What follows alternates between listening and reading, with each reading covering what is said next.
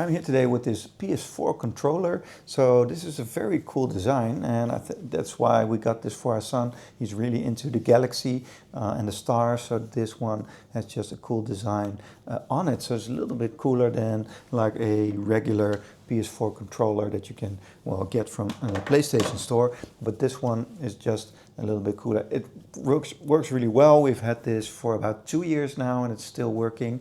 The sticks move around just like with a normal stick. It hasn't broken down or anything. And what I really like is that the battery life is a lot longer than of these original PlayStation controllers. So you can see it's just a little bit thicker in the middle, and I think that's where the extra battery goes.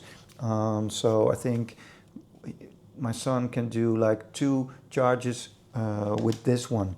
And then just 1 charge with this. So I think that's also very handy to have that lying around if you need extra controllers. And all of the settings are just the same.